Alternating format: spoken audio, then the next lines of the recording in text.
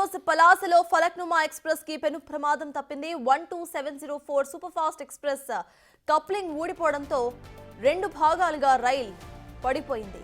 పలాస సమీపంలో ఈ ఘటన జరిగింది.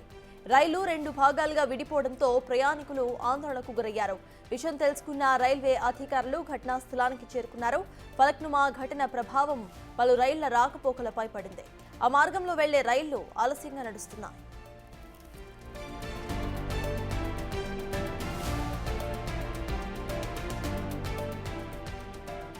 ఈ ట్రైన్ డీకప్లింగ్ కు సంబంధించిన అప్డేట్స్ మా ప్రతినిధి రాము అందిస్తారు. రాము, చెప్పండి, ప్రెసెంట్ అక్కడ అప్డేట్స్ ఏంటి? డీకప్లింగ్ జరిగినట్టుగా తెలుస్తోంది, అధికారులు ఏమంటున్నారు?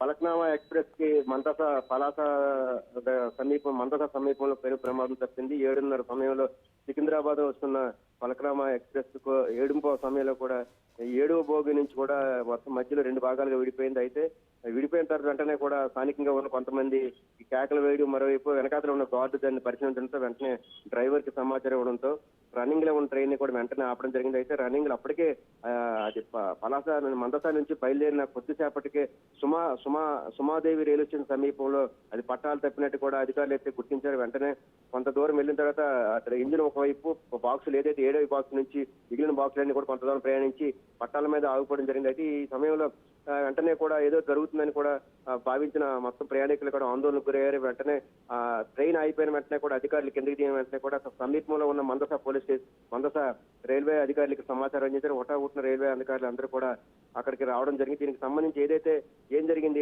ఎందుకు అసలు కప్లింగ్ ఊడిపోయింది అనే దానికి సంబంధించి కూడా రైల్వే అధికారులు అయితే ఆరా చేస్తున్నారు. ప్రస్తుతానికైతే ట్రైన్ కి సంబంధించి కూడా మరమ్మతులన్నీ కూడా అవుతున్నాయి. మరొక 10-15 నిమిషాల్లో కూడా ట్రైన్ ని తిరిగి కప్లింగ్ చేసి వెంటనే కూడా దీన్ని ఔరాకి తిరిగి పంపించేందుకు కూడా అధికారులు అయితే ముమ్మడి ఏర్పాట్లు అయితే చేశారు. అయితే దీనికి సంబంధించి 7:30 సమయంలో ఈ ప్రమాదం 7:30 సమయంలో జరిగింది. దీంతో ప్రయాణికులంతా కూడా ఒకసారి కూడా ఎక్కడ పట్టాలు తెప్పిపోతున్నాయని కూడా ఒకసారిగా కూడా ఆందోళన గురి లోన కూడా కేకలు వేసినట్టు కూడా తెలుస్తుంది. దీంతో ఎక్కడికక్కడే కూడా ట్రైన్ కొంత దూరం వెళ్ళిన తర్వాత ఆగిపోవడంతో మొత్తం ప్రయాణికులంతా ఊపిరి పీల్చుకున్నారు. అసలు ఎందుకు జరిగింది డీకప్లింగ్ అనేది అంత దూరం సికింద్రాబాద్ నుంచి వచ్చి మందస సమీపంలోనూ ఈ విధంగా జరగగల కారణాలు ఏంటో దానికి సంబంధించి కూడా రైల్వే అధికారులు అయితే మాత్రం విచారణకు ఆదేశించారు. అయితే ఎటువంటి ప్రమాదం జరగకపోవడం పట్ల ఒకవైపు రైల్వే అధికారులు, మరోవైపు ప్రయాణికులు అంతా కూడా ఊపిరి పీల్చుకున్నారు. దీనికి సంబంధించి వెంటనే మందస సమీపంలో రైల్వే అధికారులు వచ్చి ఎక్కడికక్కడ మరమ్మతు పనులు అయితే పూర్తి చేశారు. మరికొద్ది సేపట్లో ట్రైన్ బయలుదేరే అవకాశం ఉంది. అయితే ఇది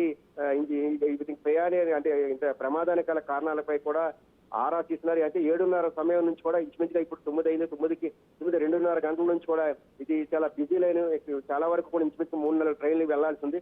దీంతో 7:30 నుంచి వెళ్లాల్సిన ట్రైన్లన్నీ కూడా ఆలస్యంగా ప్రయాణిస్తున్నాయి. దీనికి సంబంధించి కూడా ఇప్పటికే దానికి సంబంధించిన అధికారులంతా కూడా ప్రమాదం జరిగిందనే సమాచారాన్ని ఉత్తర కోస్తా ఈస్ట్ కోస్ట్ రైల్వే అధికారులపై సమాచారం అందించారు. దీనికి సంబంధించి అదే లైన్ లో వెళ్తున్న ట్రైన్స్ అన్ని కూడా వేరే వైపు నుంచి దారి మళ్లించడంతో పాటు మరి కొంతసేపు లేట్ గా రావాలని కూడా అధికారులు కూడా రైల్వే సంబంధించి ఆ ప్రాంతంలో ప్రయాణించే ట్రైన్ కూడా సమాచారం ఇచ్చినట్టు తెలుస్తుంది. మొత్తం మీద కూడా ఫలక్నామా ఎక్స్ప్రెస్ కి భారీ ప్రమాదం తగ్గింది. ఎందుకంటే ఇది 23 బోగులతో ప్రయాణిస్తున్న ట్రైన్. ఎక్కడ ఏ ప్రమాదం జరిగినా సరే వందలాది మందికి కూడా తీవ్ర ప్రమాదం జరిగే అవకాశం ఉండేది. కానీ ప్రయాణం అది సూపర్ ఫాస్ట్ ఎక్కువ చాలా ఫాస్ట్ గా వెళ్తుంది. ఇంచుగా 100 నుంచి 140 కిలోమీటర్ల ఫాస్ట్ వెళ్లే ట్రైన్ ఇది. ఎక్కడ కూడా ఎందుకంటే ఇది అహ్మదాబాద్ వలసలో ఆగుతుంది. అక్కడి నుంచి కూడా మళ్ళీ పలాస మళ్ళీ తిరిగి ఇచ్చాపురం తప్పి మధ్యలో ఎక్కడ ఆగే అవకాశం లేదు. అంత ఫాస్ట్ గా వెళ్లే ట్రైన్ ఒక్కసారిగా పట్టాలు తప్పడంతో మొత్తం ఒక్కసారిగా కూడా డీకప్లింగ్ అయితే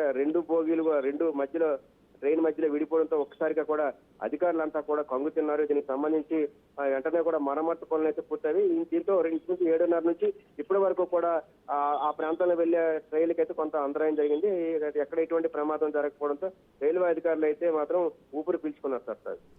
అయితే రాము, రీసెంట్ గా మనం చూస్తూనే ఉన్నాము ఎక్కువ ట్రైన్ యాక్సిడెంట్స్ జరుగుతున్నాయి. అయితే ఇటువంటి సిచ్యువేషన్ లో మళ్ళీ ఇట్లా డీకప్లింగ్ జరగటం, దీనికి సంబంధించి అసలు అధికారులు ఏమంటున్నారు? అక్కడ జాయింట్స్ ఏమైనా లూజ్ గా ఉన్నాయా, లేకపోతే ఏమైనా ప్రాబ్లమ్స్ ఉందా? దాని గురించి వాళ్ళు ఏమైనా మాట్లాడుతున్నారా? ఇప్పుడు కొద్దిసేపటి క్రితం మనతో పాటు మన మీడియాతో దానికి సంబంధించిన అధికారులు అయితే మాట్లాడడం జరిగింది. అక్కడ ఉన్న సాంకేతిక కారణాల వల్ల అది డీకప్లింగ్ అయింది. జనరల్ గా ప్రతి రైల్వే స్టేషన్ కూడా మేజర్ రైల్వే స్టేషన్ విశాఖపట్నం కానీ రాజమండ్రి కానీ ఇలాగా ప్రతి మేజర్ రైల్వే స్టేషన్ లో ప్రతి ట్రైన్ కి సంబంధించి ప్రతి బోగి కూడా అబ్జర్వ్ చేస్తారు. దానికి సంబంధించి కూడా రైల్వే స్టేషన్ సమీపంలో ప్రత్యేకమైన అధికారులు ఉంటారు. ఎక్కడైనా సరే పట్టాలు తప్పుందో లేకపోతే ఏమైనా పగుళ్ళు ఉన్నాయా దానికి సంబంధించి ప్రతి దానికి సంబంధించి కూడా ఎక్కడికక్కడ కూడా అధికారులు చెక్ చేసి పంపిస్తారు. కానీ చెక్ చేసిన తర్వాత విశాఖపట్నంలో కూడా చెక్ చేస్తారు.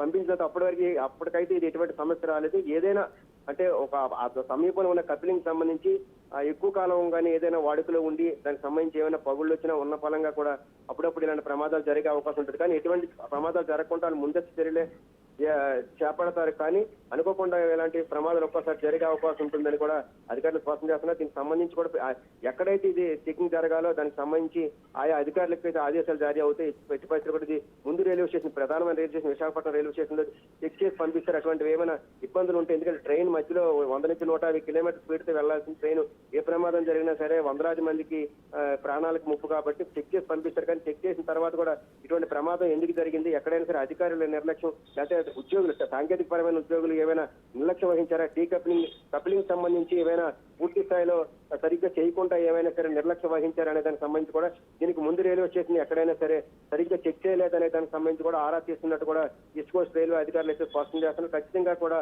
ఇది రైల్వే అధికారులు అయితే చాలా సీరియస్ గా తీసుకుంటారు. ఎందుకంటే ఇది చిన్న చితక సమస్య కాదు.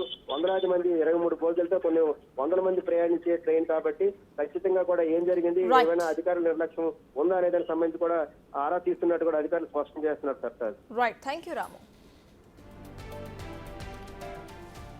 పలాస ఫలక్నుమా ఎక్స్ప్రెస్ కి పెను ప్రమాదం తప్పింది. 12704 సూపర్ ఫాస్ట్ ఎక్స్ప్రెస్ కప్లింగ్ ఊడిపోవడంతో 2 భాగాలుగా రైలు విడిపోయింది. పలాస సమీపంలో ఈ ఘటన జరిగింది. రైలు 2 భాగాలుగా విడిపోవడంతో ప్రయాణికులు ఆందోళనకు గురయ్యారు.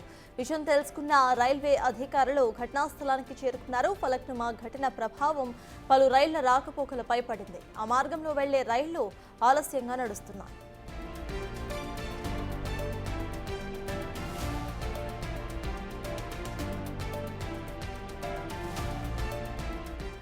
As per instructions, officer instructions, first portion clear చేసాం 8 బోగీలతో. సెకండ్ పోర్షన్ ఇంజన్ వస్తుంది. సెకండ్ పోర్షన్ 15 బోగీలతో క్లియర్ చేస్తాం. క్లియర్ చేసిన తర్వాత మందసాలను 2 అమాల్మెంట్ చేసి అప్పుడు మళ్ళీ యథావిధిగా మళ్ళీ స్టార్ట్ అవడం కదా. Coupling mechanical trouble coupling broken అయింది. ట్రైన్ రన్నింగ్లోనే అవుతుంది అమ్మాయి. లేదు ఏమీ లేదు ఏ క్యాజువాలిటీ ఏమీ లేదు. ఇక్కడే ఉంది 2 బోగీలు ఇక్కడ కట్ అయ్యి అలాగ ఆగిపోయినాయి అన్నమాట. కప్లింగ్ ఊడిపోయి అక్కడ ఊకు బయటకు వచ్చేసి అలాగ ఆగిపోయి తర్వాత దాని ఫస్ట్ పోర్షన్ దాన్ని పంపించి సెకండ్ పోర్షన్ కప్లింగ్ అవ్వదు. మరి పాసిబిలిటీ లేదన్నమాట, ఆగిపోద్ది. ఎందుకంటే దానికి ఇది ఉండదు, ప్రెషర్ ఉండదు అన్నమాట, ఆగిపోతుంది. ఆగిపోగానే దానికి అనేబుల్ టు కపుల్ లైన్స్ అయిన తర్వాత మెకానిక్ స్టాఫ్ వచ్చి దాన్ని సపరేట్ చేసి ఫస్ట్ పోర్షన్ పంపించారు. సెకండ్ పోర్షన్ ఇప్పుడు వెళ్ళి 2 అమాల్మెంట్ అయ్యి అప్పుడు బండి మళ్ళీ విధంగా స్టార్ట్ అవుతుంది. ఇదే సికింద్రాబాద్ నుండి సికింద్రాబాద్ టు హౌరా వెళ్తుంది ఫలక్నుమా ఎక్స్ప్రెస్.